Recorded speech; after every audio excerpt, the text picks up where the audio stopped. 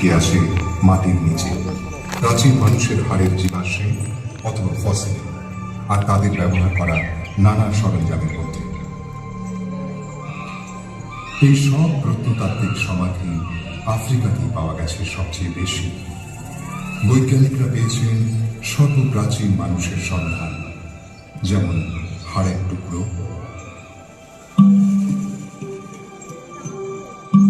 খুলির অংশ আর পাথরের তৈরি আদিম যন্ত্রপাতি। বোঝা গেছে যে সেই সব প্রাচীন জীব যাদের মধ্যে সবচেয়ে আগে মানুষের হাবভাব দেখা যায় তারা আফ্রিকাতে থাকত। নানান জায়গা খনন করে পাওয়া তথ্য যাচাই করে আমরা মনুষ্য জাতির ইতিহাস জানতে পেরেছি। আজকাল বিজ্ঞানের উন্নতির ফলে এই কাজ অনেক সরল হয়েছে। কার্বন ডেটিং এবং অন্যান্য বৈজ্ঞানিক পদ্ধতি জিনিসপত্রের বয়স নির্ণয় করে সহজে। আজকাল আমরা প্রাচীন হাড়ের টুকরো থেকে ডিএনএ বের করে বর্তমান পৃথিবীর মানুষের ডিএনএর সঙ্গে তুলনা করতে পারি। এই গবেষণায় জানা গেছে 50 লক্ষ বছর আগে আফ্রিকাতে মানুষের বংশাবলীতে দুটি ভাগ হয়। এক ভাগ থেকে উদ্ভূত হয় শিম্পাঞ্জিরা। এই বনমানুষদের সঙ্গে মানুষের ঘনিষ্ঠ আত্মীয়তা আছে। আরেক ভাগ থেকে আমাদের পূর্বসূরীরা জন্মায়। বহু লক্ষ বছরের প্রাচীন জমাট বাঁধা ছাইয়ের মধ্যে একরাশ পায়ের ছাপে প্রমাণ পাওয়া গেছে যে মানুষের আগে একদল বনমানুষ আগ্নেয়গিরির কোলে পৃথিবীতে হেঁটে চলে বেড়াত।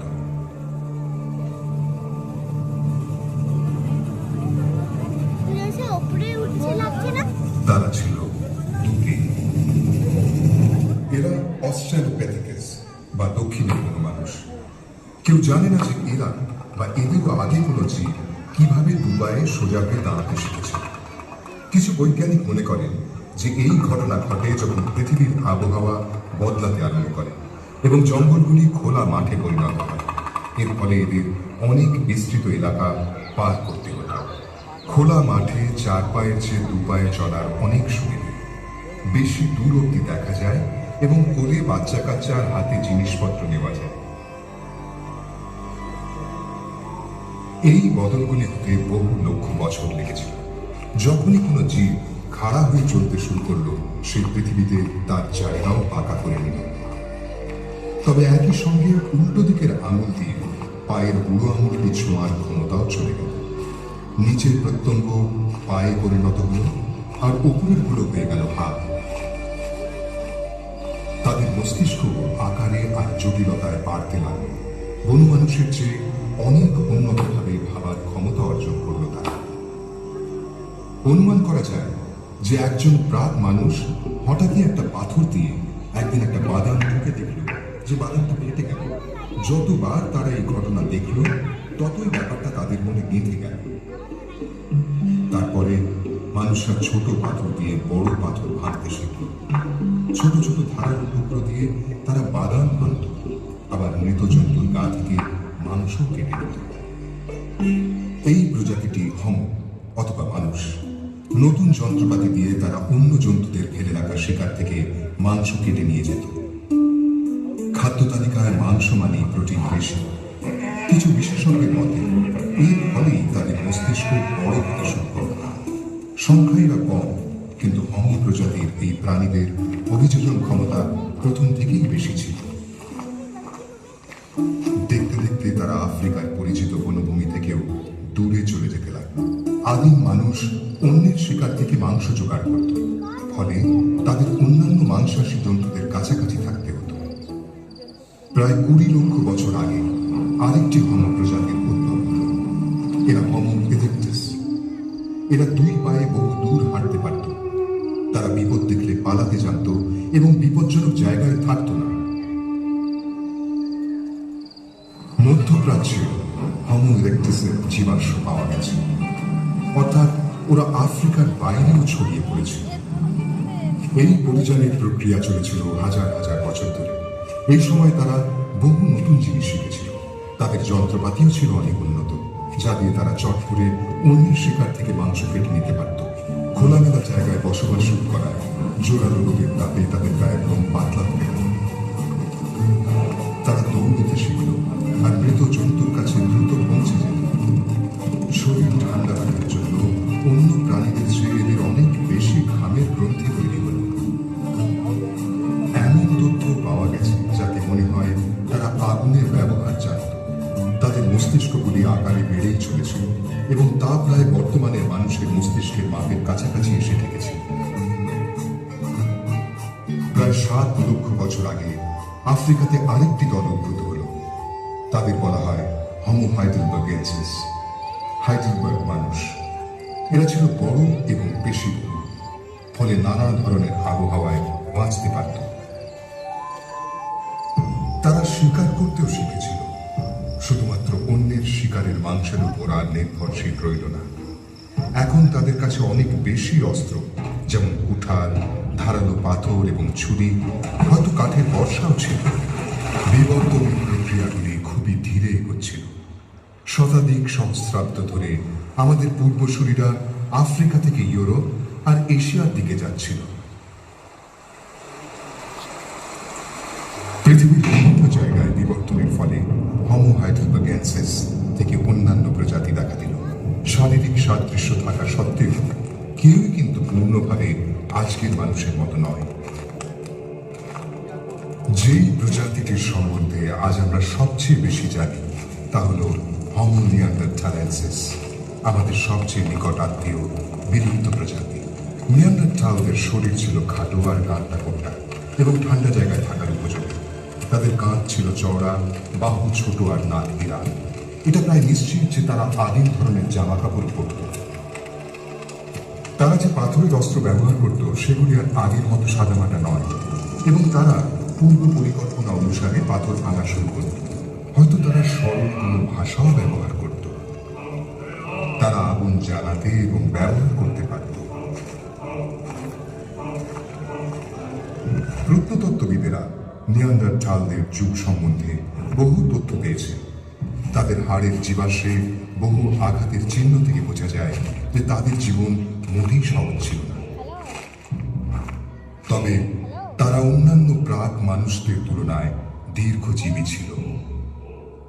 হাজার হাজার বছর ধরে নিয়ান্ডারথাল এবং তাদেরই মতন কয়েকটি প্রজাতি আফ্রিকায় ও তার বাইরে বহাল তবিয়তে ছিল। তারা বিভিন্ন ধরনের পরিবেশে বাস করত, যেমন ইউরোপে এবং তার থেকে খুবই আলাদা আবহাওয়ার ইন্দোনেশিয়া। এখন থেকে 60,000 বছর আগে আফ্রিকায় একটি নতুন প্রজাতি দেখা গেল। তারাও নানা জায়গায় ছড়িয়ে পড়ল। এরাই আধুনিক মানুষ, অর্থাৎ হোমো স্যাপিয়েন্স। কিছুকাল ধরে বিভিন্ন প্রজাতির মানুষ মিলেমিশে থাকত। প্রমাণ আছে যে তারা সকলেই চামড়ার পোশাক পরত এবং তাদের মধ্যে আদান প্রদান ছিল, যেমন গয়না তৈরি করা ও পরানো। এমনকি তারা একে অপরের সঙ্গে সন্তানেরও জন্ম দিত। তারপরে নিয়ান্ডারথালরা বিলুপ্ত হতে শুরু করল। হয়তো তাদের অপেক্ষাকৃত ভারী ও পেশিবহুল শরীরের জন্য বেশি খাদ্য যোগাতে অসুবিধা হচ্ছিল। আধুনিক মানুষেরা নিয়ান্ডারথালদের চেয়ে লম্বা ছিল, কিন্তু অতটা ভারী নয়।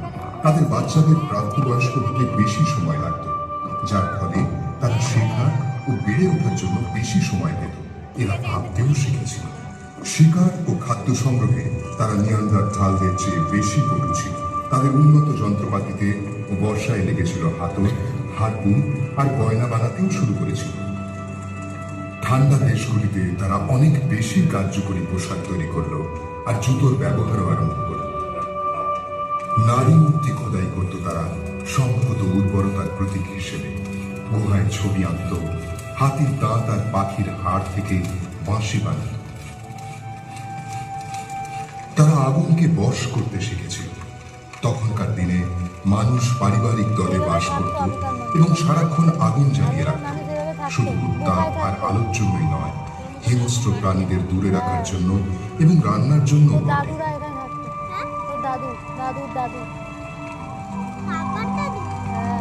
এইভাবেই তারা তাদের জগৎকে ভালোভাবে জানতে শিখল। একটি বিশাল প্রশ্ন হোমো স্যাপিয়েন্সদের মনকে নাড়া দিত: মৃত্যুর পরের অবস্থা কি? চশমা পরে আজ আছে থেকে 1,00,000 বছরের আগে মধ্যপ্রাচ্যে মৃতদেহ কম হতো। প্রথম দিকে স্বাস্থ্যের কারণে, অন্যান্য জায়গায় হয়তো সব পোড়ানো হতো, কিন্তু তার কোনো প্রমাণ নেই।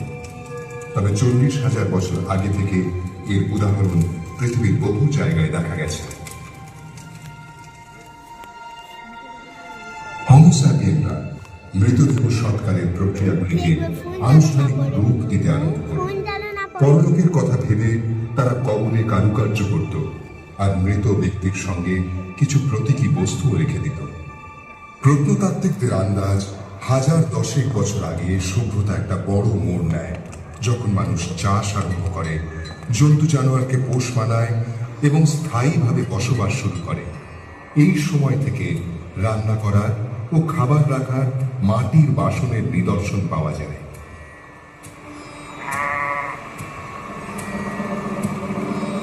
খাদ্যবস্তু রাখা এবং নিয়ে যাওয়ার জন্য ধামা এবং ঝুড়ি বোনা, ধাতু দিয়ে তৈরি হতো অস্ত্র আর যন্ত্রপাতি, এবং সমাজের গণ্যমান্য মানুষদের গয়না ইত্যাদি। ছবি এঁকে, গান বাজনা এবং লেখাজোখা করে আদিম মানুষরাও তাদের মনের ভেতরের নানান প্রশ্নের উত্তর খুঁজত। শিকারী আর ভবঘুরে মানুষরা গ্রামবাসী হয়ে উঠল। এই বসতিগুলিতে মানুষদের বহুমাত্রিক সংস্কৃতি গড়ে উঠল। লক্ষ লক্ষ বছর ধরে আমাদের পূর্বসূরীদের সংখ্যা 10 লক্ষেরও কম ছিল। হোমো স্যাপিয়েনদের আবির্ভাব এই ব্যাপারটা চিরকালের জন্য পাল্টে দিল। এখন আমরা পৃথিবীর আনাচে কানাচে পৌঁছে গেছি। আধুনিক মানুষ যতই ছড়িয়ে পড়তে লাগলো, ততই তারা ছোট ছোট দলে ভাগ হয়ে নিজেদের মধ্যে প্রজনন করে মানুষের বিভিন্ন ধারা সৃষ্টি করল। আমরা সকলেই কিন্তু আমাদের পরিবেশের চিরকালীন অদল বদলের সঙ্গে মানিয়ে নিতে থাকলাম, আর এর ফলে বৈচিত্র্য বাড়তেই থাকল। এই প্রক্রিয়াটি কিন্তু এখনো চলছে, আর মানুষের বিবর্তন ঘটমান।